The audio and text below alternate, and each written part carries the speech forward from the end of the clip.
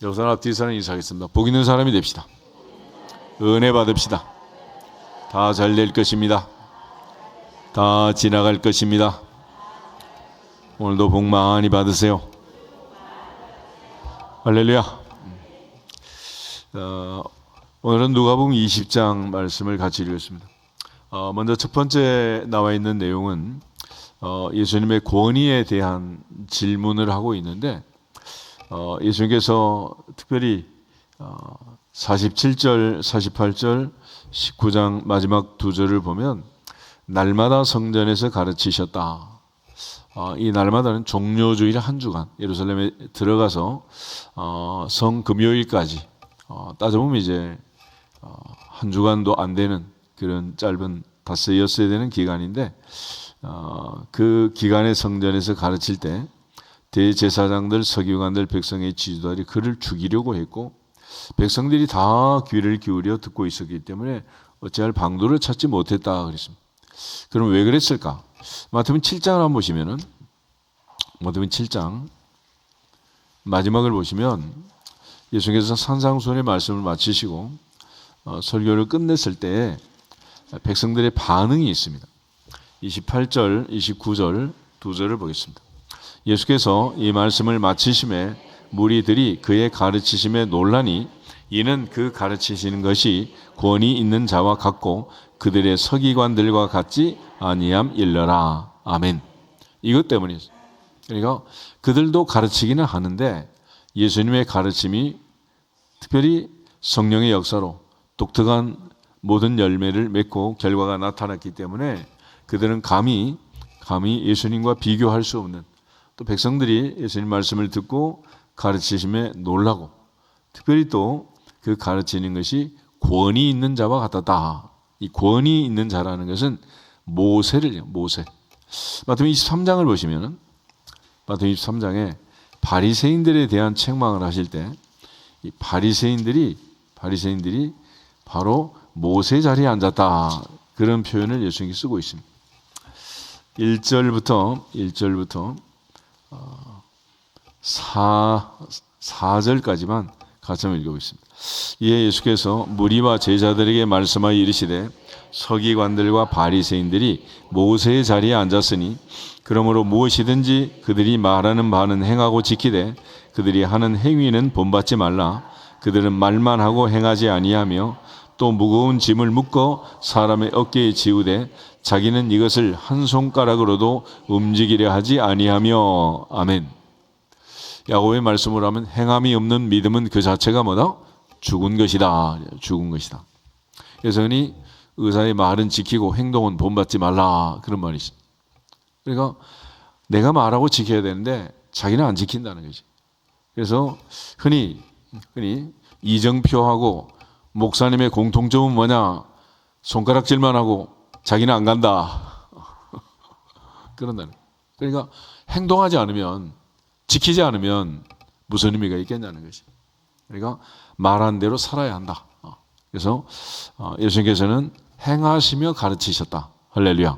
그것이 이제 다른 것이었고, 또 예수님께서 이 모세의 자리에 앉아서 하나님의 말씀을 전하고 있는 이 자리는 모세의 자리였다. 그런데 바로 서기관들과 바리새인들이 이 모세의 자리를 차지하고 있었고, 예수님께서 권위 있는, 모세의 권위처럼 권위 있는 말씀을 전하셨기 때문에 이 사람들이 예수님을 향해서 도대체 무슨 권위로 그런 말씀을 전하느냐 이렇게 따지게 되는 거예요.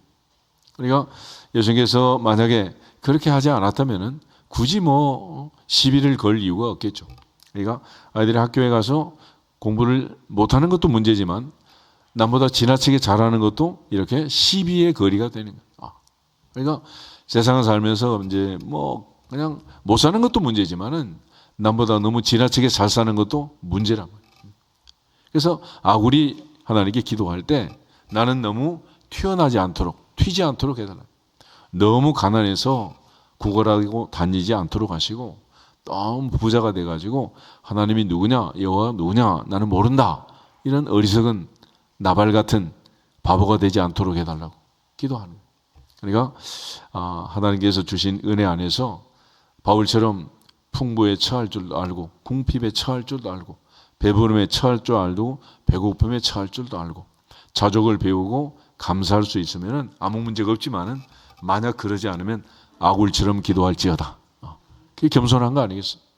근데 감당하지도 못하면서 다고새처럼 달라고만 하고 하나님이 맡겨주신 그 은사와 달란트와 물질에 대해서 충성하지 못하면 갖지 아니한 것만 못하고 받지 않는 것만 못하다. 성경은 많이 받은 자에게는 많이 달라 할 것이고 많이 맡은 자에게는 많이 달라 한다. 그렇잖아요. 그러니까 하나님 앞에서 내게 주신 책임 사명 잘 감당하고 충성해서 착하고 충성된 종아, 내가 작은 일에 충성하였음에 내 주인의 즐거움에 참여할지어다. 칭찬받는 종들이 되기를 주 이름으로 축복합니다. 그래서 이제 이 예수님이 말씀 전하는 여기에 대해서 무슨 권위로 이런 일을 하는지, 이 권위를 준 이가 누군지 우리에게 말해라. 비결이 뭐냐? 그러면서 이제 따지기 시작하는 거죠. 근데 여기 지금 이제 이들이 이렇게 와서 또 시비를 거는 것은 47절 19장 40절 보면 예수께서 날마다 성전에서 가르치시니 대제사장들과 서기관들과 백성의 지도자들이 그를 뭐 하려고? 죽이려고 꾀했다는, 죽이려고. 그래서 예수님을 죽이려고 하는 이 괴계가 예수님 사역 초기부터 계속 있었어요. 요한복음 8장 한번 보실까요? 요한복음 8장.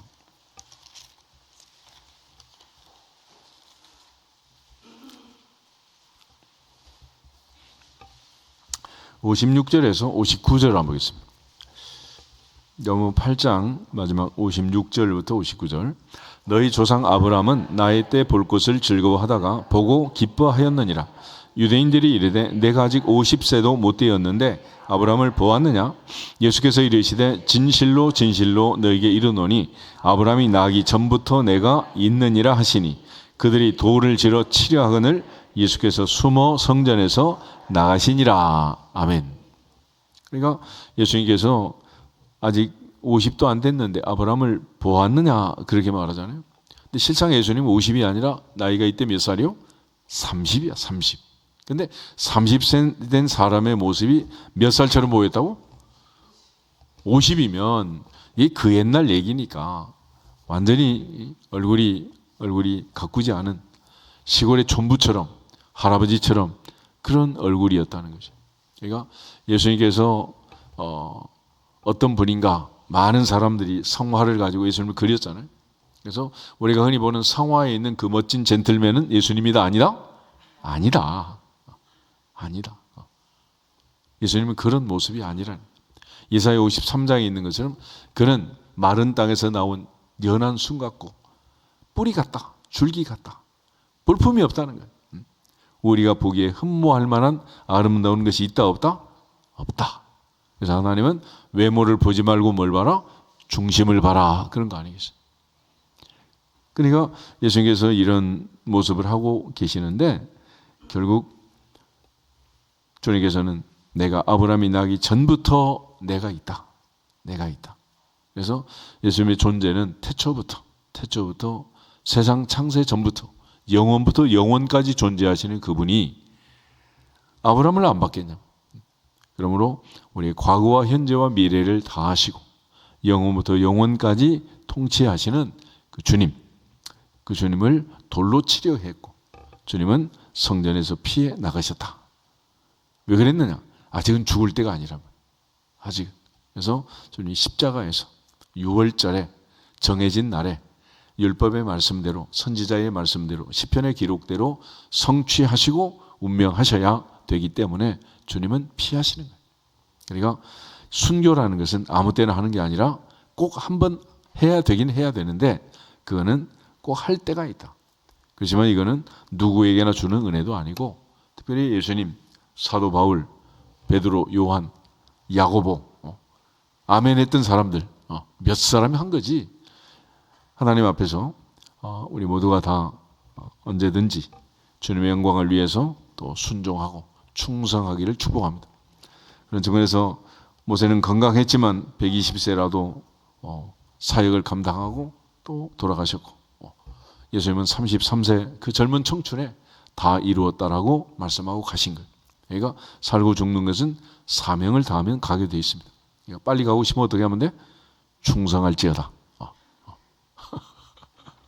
그러면 되는 거야. 그런데 하나님이 인정해야 되는 거지. 자기 혼자 열심히 해봤자 천국 가는 게 아니라 병원 가게 생겼어. 그러니까 방청도 적당히 하고 설거지도 적당히 하고 몸 관리를 잘 하라고. 아멘. 어쨌거나 주님께서 지금 대답을 하셨는데 질문으로 대답을 하셨어요. 질문으로. 나도 한 말을 너에게 묻겠다. 내 말을 잘 들어봐라.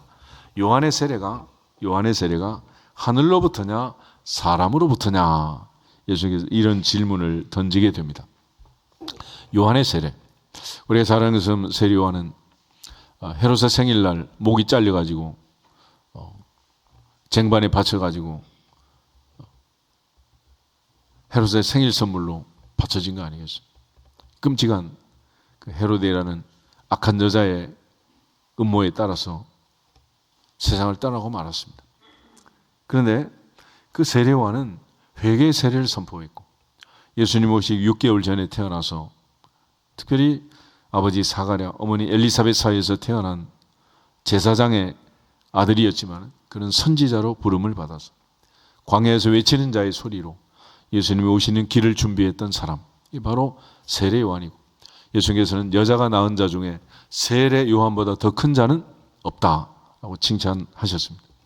그런데 이 사람들이 자기끼리 이제 의논해가지고 이게 도대체 뭐라고 말을 해야 될지 헷갈리는 거예요. 그래서 자기끼리 의논한 결과가, 만약 사람으로부터라고 하면 백성이 요한을 선지자로 인정하니 이게 또 그들이 우리를 돌로 칠 것 같고, 또 하늘로부터라고 얘기하면 어찌하여 믿지 않았느냐 그럴 것 같고, 그래서 모르겠다, 알지 못한다, 그렇게.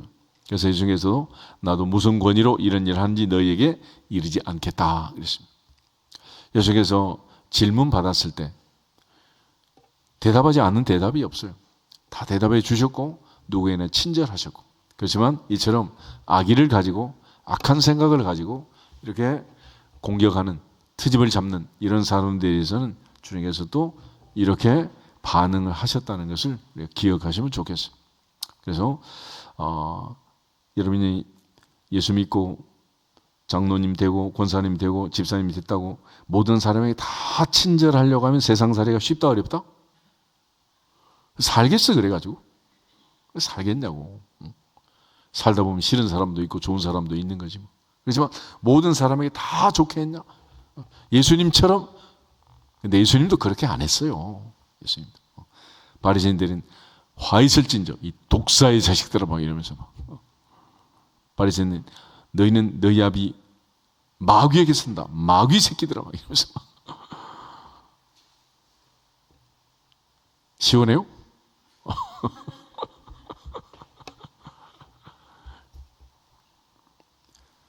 예수님께서 마지막 한 주간을 보내면서 지금 자기 운명과 더불어서 이 사람들의 속마음을 드러내는 비유를 말씀하고 있는, 이게 바로 포도원 농부의 비유였습니다. 농부가 포도원을 세를 주고 먼 타국에 가 있었어요. 그리고 세를 받으려고 종들을 보냈다는, 종 1, 종 2, 종 3, 세 사람을 차근차근 보냈는데 이들이 모두 다 돌로 찌고 내쫓고 상하게 하고 못된 짓을 한 거예요. 그런데 그들이 얼만큼 나쁜 짓을 했는지 10절을 보시면, 때가 이르면 포도원 소출을 얼마를 바치게 하려고 한 종을 농부에게 보내니 농부들이 이 종을 어떻게 때렸다? 몹시 때렸다. 그냥 때린 게 아니에요. 몹시 때렸다. 11절 다시 다른 종을 보니 그도 몹시 때리고 이번엔 능욕하고 거저 보냈다. 새도 안 주고 그냥 쫓아낸 거예요. 다시 세 번째 종을 보니 이 종도 상하게 하고 내쫓다. 이번엔 완전히 부상을 당해서 상처를 입어서 장애자가 될 수밖에 없도록 그렇게 심한 상처를 주고 내쫓았다는 거예요. 그래서 주인이 어떻게 할까? 그래서 아들을 보냈는데 이 아들을 보내면서 그는 존대하겠지, 존중하겠지. 그랬더니 이번에는 이 사람은 상속자니 우리가 죽이고 우리 이것을 만들자 이랬다는 거예요. 그래서 포도원 밖으로 내쫓아서 아예 상속자를 죽이고 포도원을 빼앗은 자들이란 이런 악한 자들이다. 그러면 포도원 주인이 이 사람들을 어떻게 하겠느냐. 그러면서 포도원 농부가 그들을 진멸하고 포도원을 다른 사람에게 죽을 것이다. 그럴 때 사람들이 듣고 이르되 그렇게 되지 말아지이다 하거늘 그랬습니다. 그런 일이 있어서는 안 됩니다. 이때 우리가 빌립보 가이사랴에서 예수님 십자가 얘기하니까 베드로가 그렇게 되면 된다고 해서 안 된다고 그랬어? 안 됩니다 그랬잖아. 그러니까 많은 사람들이 생각할 때 십자가의 비참함, 그런 참담한 그런 사건은 인류 역사상에 있어서 안 될 일이고 도저히 있을 수도 없는 일이라. 그런데 그 일이 일어난 이유는 바로 이처럼 악한 자들 때문이었다. 그리고 마태복음의 비유를 보면 그들이 이 말을 듣고 깨달은 바가 있어요. 마태복음 21장 한번 보시죠. 33절부터 46절에 같은 비유가 있는데 마태복음 21장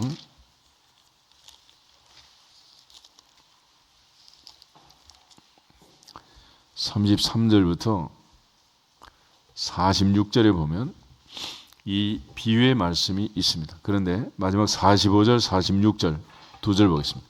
대제사장들과 바리새인들이 예수의 비유를 듣고 자기들을 가리켜 말씀하신 줄 알고 잡고자 하나 무리를 무서워하니 이는 그들이 예수를 선지자로 알미었더라. 아멘. 그러니까 예수께서 이 비유하는 것을 그들이 알아듣기는 알아들었는데 회개하고 돌이키지 않고 오히려 예수님을 죽이려고 했다. 이것이 반응입니다. 그러니까 성령의 검 하나님의 말씀이 나를 찌르거든 그 칼로 다시 찌르는 게 아니라 우리가 회개해야 돼. 그런데 말씀을 듣고도 회개치 않고 하나님의 말씀을 거부하고 거절하게 되면 결국은 죽음밖에 더 있겠어요. 그래서 예수께서 이 비유의 말씀을 주시면서 이게 이루어질 수밖에 없는 또 다른 비유를 말씀하세요. 그게 이제 시편 118편 말씀인데 건축자들이 버린 돌이 모퉁이의 머릿돌이 되었다. 그러면 이 말씀은 어떻게 되는 거냐? 말씀은 다 이루어져야 되고 1.1획도 변함없이 다 이루어져야 되는데 무릇 이 돌 위에 떨어지는 자는 깨어지겠고 이 돌이 사람 위에 떨어지면 그를 가루로 만들어 흩으리라. 바로 이 모퉁이의 머릿돌, 건축자들이 버린 돌, 그들이 십자가에 못 박아 죽인 예수, 그가 인류를 구원하신 것처럼 건축자들이 버린 그 모퉁이 돌이 머릿돌이 되어 하나님이 성전을 건축하고 모든 성전에 신약의 사도들, 구약의 선지자들, 그들이 하나하나 벽돌이 되고 모든 성도들이 벽돌이 되어서 거대한 성전을 짓는 것처럼 우린 주 안에서 성전 안에서 하나니냐 하나를.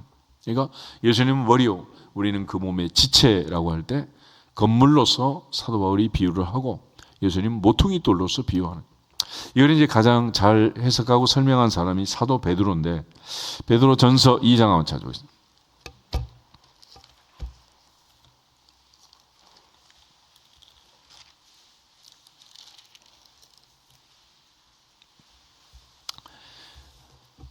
저는 그리스도시요 살아계신 하나님의 아들이십니다. 그럴 때 바요나 시몬아 내가 복이 있다 말씀하시고 이를 너에게 알게 하는 혈육이 아니라 하늘에 계신 내 아버지시다. 내가 이 반석 위에 뭘 세운다? 교회를 세운다 그랬잖아. 그럴 때 그 반석을 가톨릭은 베드로다. 그래서 베드로는 일대 교황이다 그렇게 말하는. 그렇지만 그거는 엉터리 해석이고 이 베드로가 오늘 본문에서 반석이 뭔지 설명을 하고 있어요. 그 중에서 4절 말씀부터 8절까지를 한 절씩 교독하겠습니다. 사람에게는 버림바 되었으나 하나님께는 택하심을 입은 보배로운 산 돌이신 예수께 나아가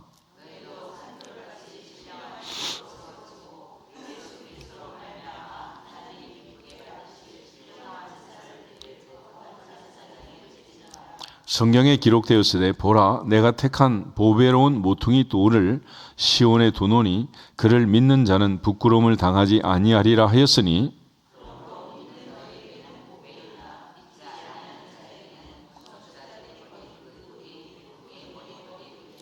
또한 부딪히는 돌과 걸려 넘어지게 하는 바위가 되었다 하였느니라. 그들이 말씀을 순종하지 아니함으로 넘어지나니 이는 그들을 이렇게 정하신 것이라. 아멘. 믿는 사람에게는 보배지만 불신자에게는 건축자의 버린 머릿돌처럼 모퉁이돌처럼 주님은 천대를 받고 학대를 받고 십자가의 버림을 받고 못 박혀 죽었다는 거예요. 그렇지만 그 보배로운 산돌, 신령한 집을 짓는 모퉁이돌이 되는 예수 그리스도, 그를 믿는 자는 부끄러움을 당하지 않는다. 그를 불순종하고 그의 말씀을 순종하지 않는 자는 넘어지고 그들은 모두 하나님이 정한 대로 제 곳으로 갈 것이다 라고 얘기를 하고 있습니다. 그러니까 사도 베드로는 성전을 짓는 모퉁이의 머릿돌, 그 반석은 산돌은 예수님이시다 라고 얘기하는 거죠. 고린도 10장 1절부터 4절에 사도 바울도 반석은 누구나? 그리스도다 그렇게 말했습니다. 반석은 그리스도다. 반석은 베드로가 아니라 그리스도고 베드로 역시 반석은 산돌은 모퉁이돌은 내가 아니고 누구나? 예수님이다 그렇게 말씀하신 거예요. 그래서 오늘 이제 예수님께서 이 예언의 말씀 율법과 선지자의 일과 시편에 나를 가리켜 말한 모든 것이 이루어져야 하리라 하신 말씀처럼 이 모든 말씀들은 예수님의 십자가의 죽음을 통해서 부활을 통해서 이루어져야 하는 말씀이다. 그러므로 주님께서 이 포도원 품꾼의 비유를 통해서 포도원 농부의 비유를 통해서 아들을 죽인 그들이 바로 대제사장들, 서기관들, 관원들, 장로들 당시에 종교인들이었던 것을 얘기하고 있고 또 주님 말씀을 이 땅에 와서 전했지만은 말씀을 듣고 순종한 민초들은 모두 다 구원을 받았지만 불순종했던 자들은 모두 다 이 모퉁이 돌 위에 떨어져서 깨어지는 돌 위에 떨어져 가루로 만들어버리는 흩어버리는 그 예언의 말씀처럼 그들은 모조리 마지막 최후는 죽음이라는 거예요. 그러므로 하나님의 말씀을 듣고 순종하는 자는 생명을 얻고 불순종하는 자는 멸망할 수밖에 없다. 그래서 모세가 우리에게 준 율법도 축복과 저주의 말씀도 기준은 아주 간단합니다. 순종하는 자는 들어와도 나가도 복을 받느니라. 반대로 불순종하면 들어와도 나가도 저주를 받는다. 그러므로 이제는 모세의 자리에 앉아 말씀을 전한 예수님, 하늘로부터 음성이 들렸던 것처럼 이는 내 사랑하는 자요 내 기뻐하는 자라, 내 기뻐하는 아들이다. 너희는 그의 말을 들을지어다. 그랬죠. 이제는 모세의 말을 들었던 것처럼 주님의 말씀을 들으라는 거죠. 주님이 이 땅에 모세의 율법, 선지자의 글을 폐지하러 온 것이 아니라 이루러 성취하러 오셨다. 그러므로 주님께서 우리에게 가르쳐주신 이 말씀들을 잘 마음에 새겨서 이제는 성경을 연구하는 게 아니라 성경이 인도하는 대로 주 앞으로 나올지어다. 주님을 만날지어다. 주님을 믿을지어다. 믿고 순종하는 자에게 말씀은 역사하시고 그 모든 것이 이루어지게 되는 것을 강조해 주고 있습니다. 특별히 이제 이 모든 말씀을 통해서 주님은 점진적으로 이것이 자기에게 이루어진다는 사실을 가르쳐주고 그 마지막 최후의 성취 방법은 십자가라는 것을 우리에게 강조하고 있습니다. 주님은 십자가로 죽음으로써 하나님의 뜻을 이루고 우리를 살리신 우리 구주 예수 그리스도, 우리에게 있는 더 큰 대제사장이 되신 줄 믿습니다. 자신이 제물이 되어서 하나님 앞에 십자가의 제사로 단번에 모든 것을 완성하신 대제사장. 그래서 예수님은 어떤 대제사장보다도 위대한 더 큰 대제사장이다. The great priest. 더 크고 위대한 대제사장. 그분이 바로 예수 그리스도고 우리에게 큰 대제사장이 있으니 그를 힘입어 은혜의 보좌 앞에 담대히 나갈 것이니라. 담대히 나갈 것이니라. 휘장을 찢고 우리를 은혜의 보좌 앞으로 인도하신 주님. 그 주님의 이름으로 오늘도 영적 전쟁에 승리하고 승리가 보되는 싸움에서 반드시 승리하는 주인공들이 되기를 주 이름으로 축복합니다. 다시 한번 주 예수 그리스도 이름으로 승리할지어다 선포하고 기도하겠습니다. 주 예수 그리스도 이름으로 승리할지어다, 승리할지어다, 승리할지어다.